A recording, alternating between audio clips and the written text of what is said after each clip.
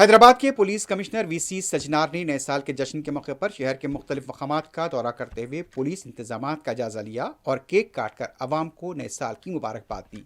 Commissioner police ने secretariat, Charminar, KBr park और मेहदीपट्टनम के पास मुनक्किदा तकरीब में केक काटा। इस मौके पर मुतल्लिका पुलिस के आला ओहदेदार मौजूद थे। नए साल के जश्न के मौके पर पुलिस का वसीतर बंदोबस्त देखा गया। कमिश्नर पुलिस वीसी सजनार ने खुद मुख्तलिफ मकामात का दौरा करते हुए इंतजाम की निगरानी की। कमिश्नर पुलिस भी अफराद खानदान उनके हमरा मौजूद थे। हैदराबाद पब्लिक को नया साल का मुबारक। सब लोग अच्छा रहने के लिए और हैप्पी और पीसफुल, प्रॉस्परस और हेल्थी न्यू ईयर 2026।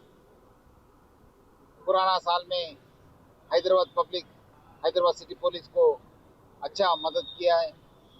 सब इनिशिएटिव्स में, सब प्रोग्राम्स में, सब फेस्टिवल में बहुत अच्छा कोऑपरेट करके 2025 एक अच्छा सा शानदार का ईयर बनाया।